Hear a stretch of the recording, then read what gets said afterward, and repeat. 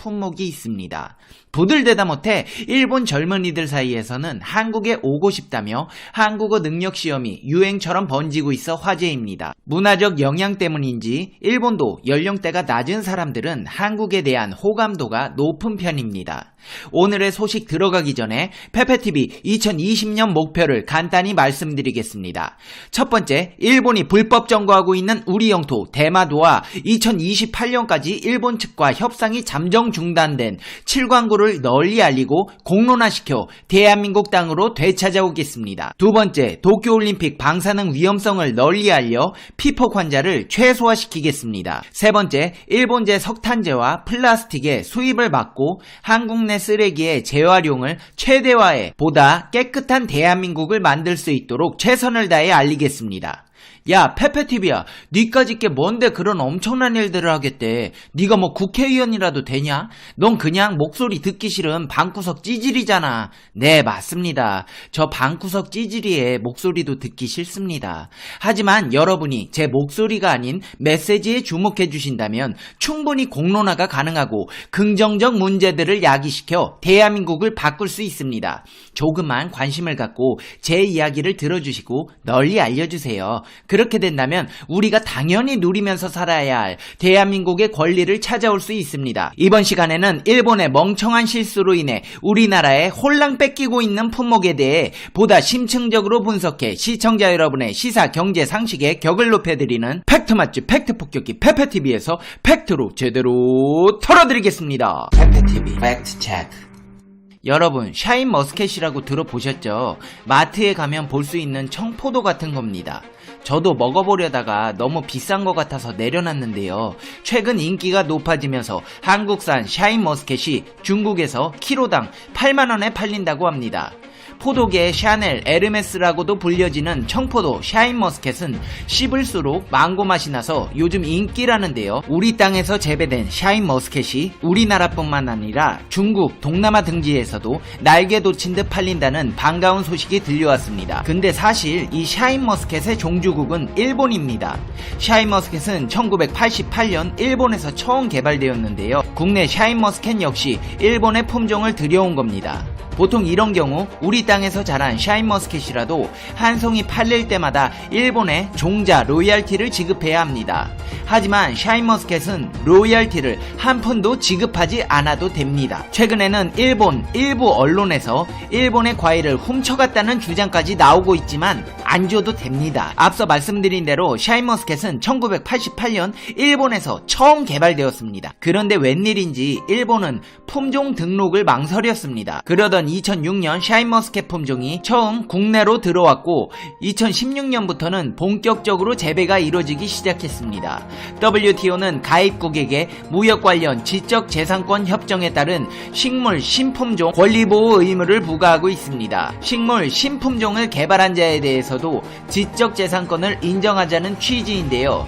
WTO 가입국은 협정에 따라 지적재산권의 국적을 불문하고 재산권을 보호해왔습니다. 우리나라도 국내외 지적재산권자에게 로열티를 내왔습니다. 식물 품종에 대한 권리도 인정됩니다.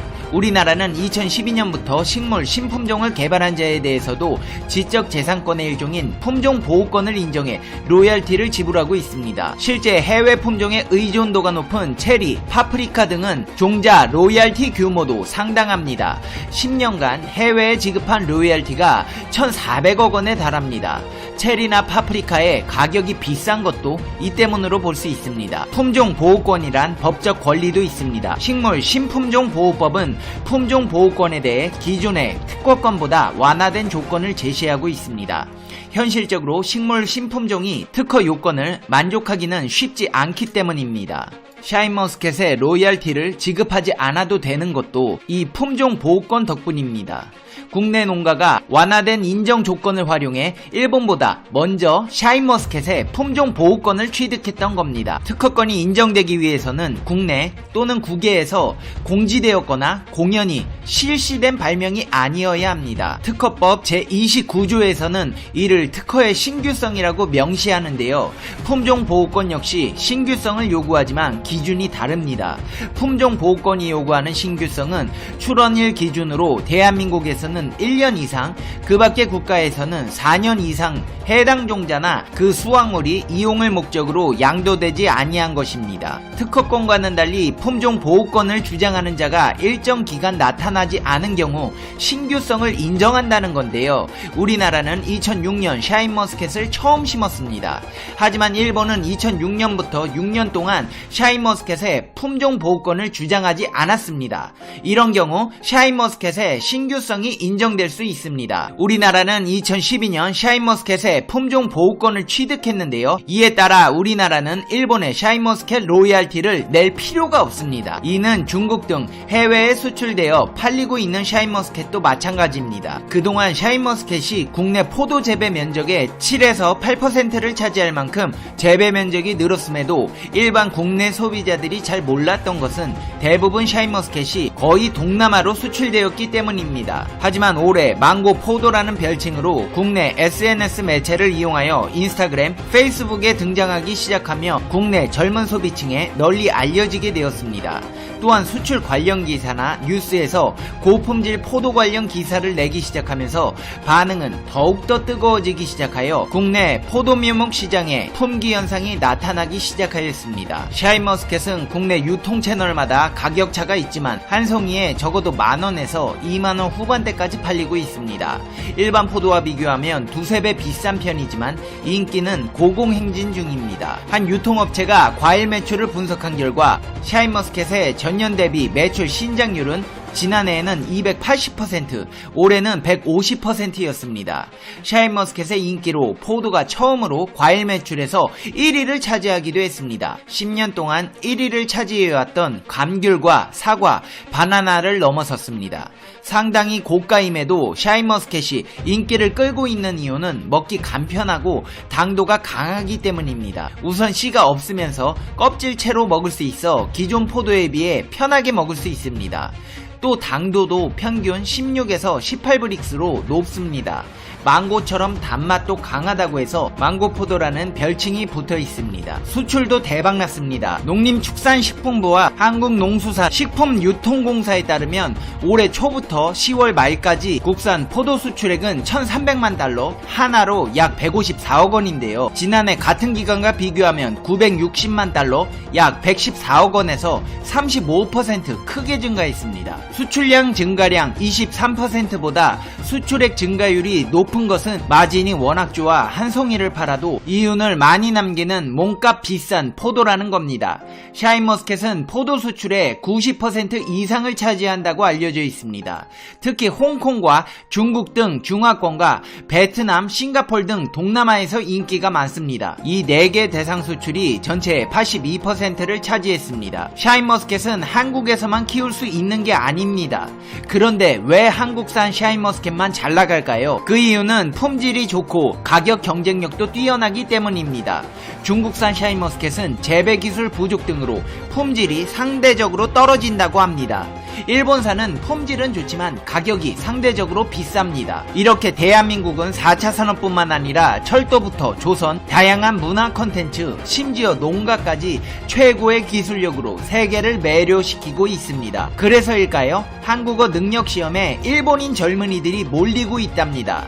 몰리는 정도가 아니라 그 열기가 뜨거울 정도입니다. 일본 젊은이들은 한국은 가볍게 방문할 수 있다는 점을 매력으로 꼽고 있습니다. 한국어 능력시험 응시자가 10대와 20대를 중심으로 높은 증가세를 보이면서 올해는 27,000명으로 2010년에 비해 2.6배나 늘어났습니다. 이용계이자의 신문에서는 이 같은 현상의 배경으로 K-팝으로 대표되는 한국 음악의 인기를 꼽았습니다. 2000년에 단 6명의 입학생으로 시작했던 간토 국제고등학교의 한국어 코스는 현재 정원 40명의 2배를 웃도는 80명의 지원자가 모여들 정도로 인기입니다. 트와이스와 같은 한국 아이돌 그룹이 일본의 젊은 세대들의 지지를 얻으며 K-팝이 인기에 다시금 불을 지폈기 때문입니다. 한국어 능력시험은 한국 정부가 70개국 이상의 국가에서 실시하고 있는 한국어 사용 능력 인증 시험입니다. 일본에서는 한국어 교육재단이 해마다 3회씩 전국 약 30 50곳에서 시행 중입니다.